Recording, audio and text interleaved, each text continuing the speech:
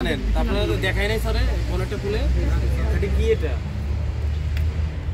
এটা কি fit pump বলে কি পাম্প বলে ফিট পাম্প বা এসি পাম্প ইভার পাম্প এটা ওখান থেকে তেলটা নিয়ে আসে পাম্প করে নিয়ে আসে স্যার আমি একটু দেখাই আমরা যখন কোনো কারণে লুব অয়েল তেল একবারে ফুরাই গেছে আমার ইয়েতে তেল আনতে হবে আমরা চাপ করলে পানি দিচ্ছেন না চাপ করলে কি করি যখন পানি না কিছু দিয়ে আবার এরকম এরকম এই যে ওই যে উপরে একটা সুইচ আছে এটা পাম্প করলে পুশ করতে চলে আসে ফিট পাম্প বুঝছেন তেলটা নতুন একেবারে জিরো করে ফেলবেন আপনি জিরো করে যখন একদম ওই ইয়েতে থাকবে তখন অনেক সময় লাইনে ইয়ে থাকে আবার অনেক সময় হাওয়া ঢুকে তখন এটা পাম্প করতে হবে নিজের হাত দিয়ে স্যার হ্যাঁ নিজের হাত দিয়ে এটা দিয়ে হ্যাঁ হ্যাঁ এটা প্রেস করলেই পাম্পের মতো পাম্পে ইয়ে হবে হ্যাঁ এটাকে ফিট পাম্প বলে আবার এসি পাম্প বলে বুঝতে পেরেছেন এটা কি ওই আপনারা কি স্যার আমাদের দেখেন ওইটা স্যার শুধু তেল এটা লিপস্টিক শুনে রাখেন কথা বলবেন না ঠিক আছে দেখানো কতটুকু হয়েছে এটা তো আমি বুঝতে পারছি এই জন্য তো আমি আসছি এখানে এটাকে বলা হয় ফিউজ বক্স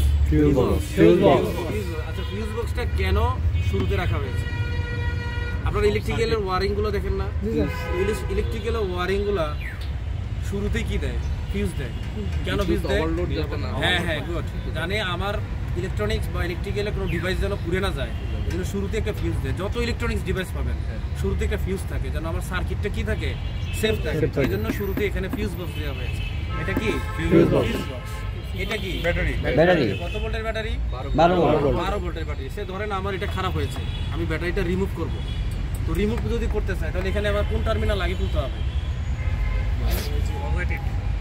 আগে নেগেটিভ করতে হবে নেগেটিভ কেন খুলতে হবে যুক্তি দাও গাড়ি এর সাথে নেগেটিভ ঠিক আছে এখন যদি শর্ট করতে পারে কোনটা আবার বলেন উনি বলেছেন যে গাড়ির ইয়ের সাথে বডির সাথে এটা কানেকশন দেওয়া আছে আপনি যদি কোনো স্টার বা কোনো কিছুতে খুলতে যান বা এখানে কোনো ইয়ে নাই কোনো ইনসুলেশন নাই এই টাইপের কোনো দিয়ে খুলতে গেলে আপনার গ্রাউন্ড যদি লাগানো থাকে যেহেতু এটা ফুল বডিতে লাগানো আছে বাংলাদেশের যত গাড়ি আছে ম্যাক্সিমামই নেগেটিভ বায়ার্স এটা লাগানো অবস্থাতেই হ্যাঁ এটা নেগেটিভ এটা লাগানো অবস্থাতেই যদি আপনি আরেকটা জিনিসে খুলতে গেলে এটা বডির সাথে টাচ করলে ফায়ারিং হবে বুঝতে পেরেছেন এই জন্য নিয়ম হচ্ছে খোলার সময় আগে কি খুলতে হবে গ্রাউন্ড খুলতে হবে বা নেগেটিভ খুলতে হবে আগে হ্যাঁ তারপরে খুলতে হবে কি পজিটিভ খুলতে হবে ঠিক আছে আগে কি খুলতে হবে নেগেটিভ খুলতে হবে তারপরে পজিটিভ খুলতে হবে খুললাম এখন আমি আবার ব্যাটারি ইন করব মানে লাগাবো আগে খুলতে হবে কি আগে লাগাতে হবে কি পজিটিভ কারণ পজিটিভ লাগানোর সময় সেফ কারণ আমার নেগেটিভ লাগানো নাই বডির সাথে কথা বুঝতে পেরেছেন সময় নেগেটিভ লাগানোর সময় হ্যাঁ হ্যাঁ তারপরে এই যে একটা সাদা বাক্সের মতো আছে এটা কি ওয়াশার কিসের ওয়াশার আমি তিন ওয়াশার বলি না এটা হচ্ছে উইপারের রিজার্ভার উইপারের যে পানিটা আমরা দেই সেটাই সেই রিজার্ভ থাকে এই পানিটা এখানে দেখেন এখানে উইপারের ইয়া দেওয়া আছে ঠিক আছে তারপরে এটা কি উইপারের রিজার্ভার বলে থাকে মানে রিজার্ভ থাকে পানিটা কি থাকে রিজার্ভ থাকে হ্যাঁ তারপরে এটা কি এটা প্রেসার কেপ আমি আগে শিখিয়েছি ওখানে এটা কি প্রেসার কেপ এটা রেডিয়েটরের মাথায় লাগানো এটা কি রেডিয়েটর এটা কি রেডিয়েটর এটা কি এটা কি ক্যাপ প্রেসার কেপ আর এখানে যে ক্যাপটা ব্যবহার করা হয়েছে এটা কি ক্যাপ বলে ফিলার ক্যাপ ভুলে গেছেন কিন্তু ফিলার ক্যাপ প্রেসার ক্যাপ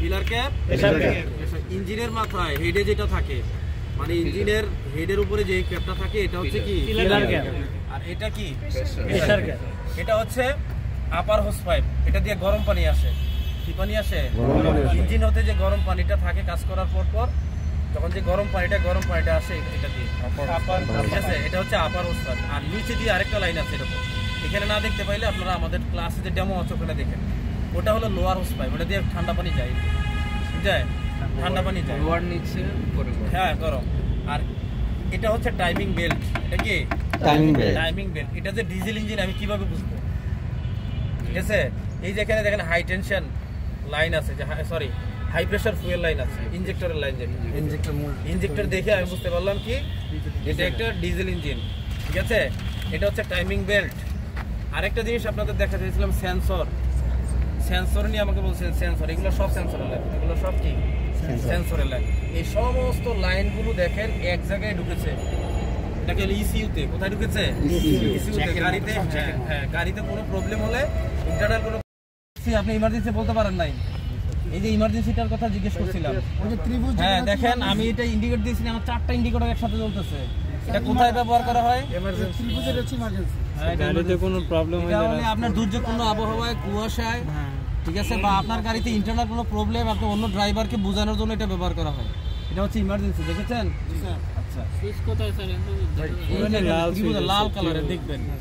তারপরে এই যে ছোট একটা ড্রাইভ ডিভাইস আছে, এটা সাথে এটা মানে কি জানেন স্যার? এটা স্যার 4টা চাকায় পাওয়া যায়। এটা 4 হুইলের জন্য গতকালকে বলেছিলাম আমি। এখন কিন্তু আমার গাড়ির পিছনের চাকায় পাওয়ার আছে, সামনের চাকায় পাওয়ার নাই। কিন্তু গাড়ির বেশি গতিতে চালানো বা স্পিডে চালানো, বা হতে পারে গাড়ির ঢালু থেকে উপরে উঠানো, হতে পারে কাদায় পড়ে যাওয়া, বৃষ্টি পড়ে গেলে, এই সমস্ত জায়গার মধ্যে আমরা 4 হুইল দিয়ে চালাই। কারণ সামনের চাকায় যখন পাওয়ার দরকার হতে পারে, অত্যাধিক পিচ্ছিল জায়গা, সেখানে স্লিপ করতে পারে চাকা, এই জন্য সামনের চাকায় পাওয়ার দিয়ে গাড়ি চালাতে হবে। কথা বুঝতে পারছেন? এটা হচ্ছে 4 হুইলের জন্য। এইটা তো গিয়ার লিভার আমরা চিনি, ওটা হচ্ছে টিচারের পায়ে থাকে। Dual braking system, master brake যেটাকে বলা হয় থাকে, ঠিক আছে? এটা তো হ্যান্ড ব্রেক, ঠিক আছে? আর এখানে দেখেন সামনে 2টা গোল গোল মিটার আছে, হ্যাঁ কি আছে?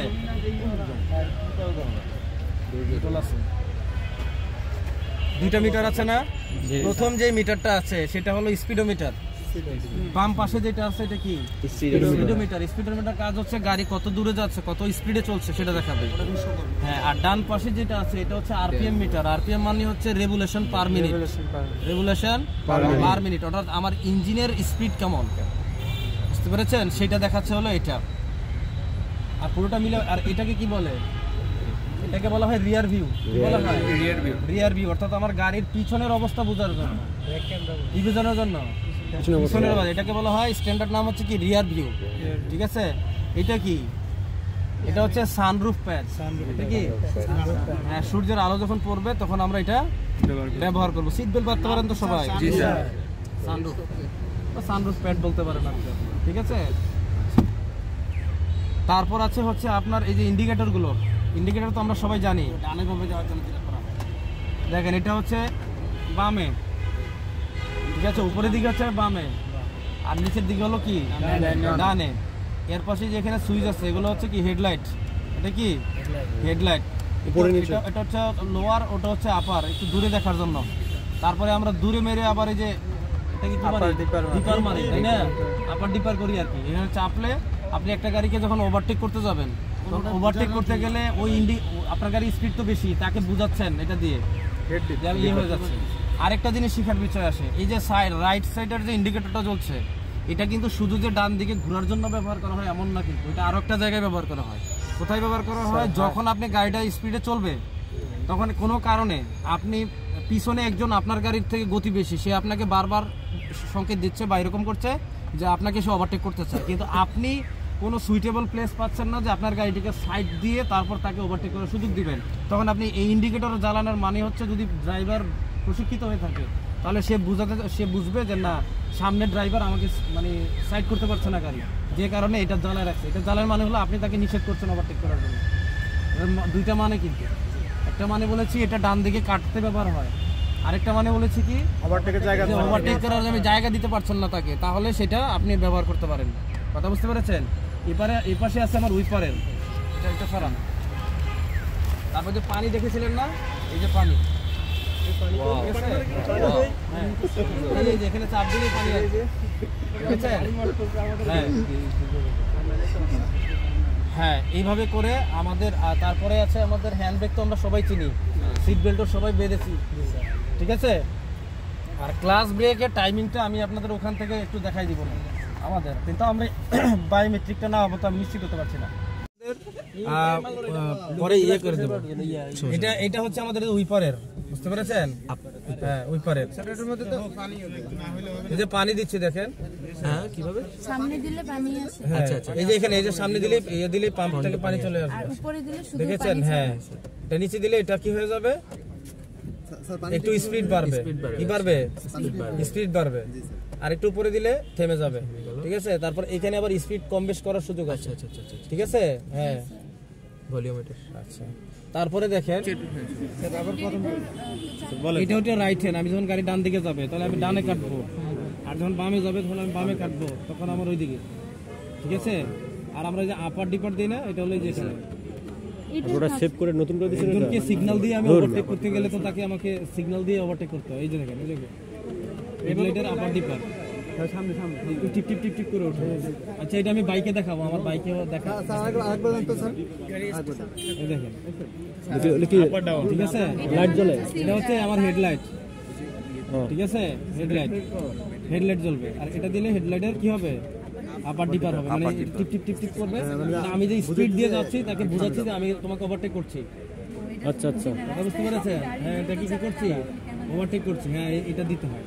আবার যদি কখনো গাড়ির স্পিড থাকে কিন্তু আমার গাড়ি এরকম সাইডে জ্বলতে থাকে, এক পাশে টিপ টিপ টিপ টিপ, তাহলে পিছনে যদি আমাকে সে আরেকটা গাড়ি ইশারা করছে যে আমাকে ওভারটেক করতে হবে, আমি তাকে নিষেধ করছি, কারণ আমি তাকে সাইড দিতে পারছি না। যখন আমি সাইড দিতে পারবো না, এটা শুধু খালি রাইট হ্যান্ড ইন্ডিকেটর এটাও না, এটা কিন্তু আপনাকে অনেক সময় অন্য ড্রাইভারকে সে সতর্কতা যে আমি কিন্তু তোমাকে সাইড দিতে পারছি না, সুতরাং তোমাকে ওভারটেক করতে আমি নিষেধ করছি। এটার মানে এটা সারাক্ষণ জ্বলে থাকবে। কথা বুঝতে পেরেছেন? এই হচ্ছে বিষয়। এই জন্য হ্যাঁ,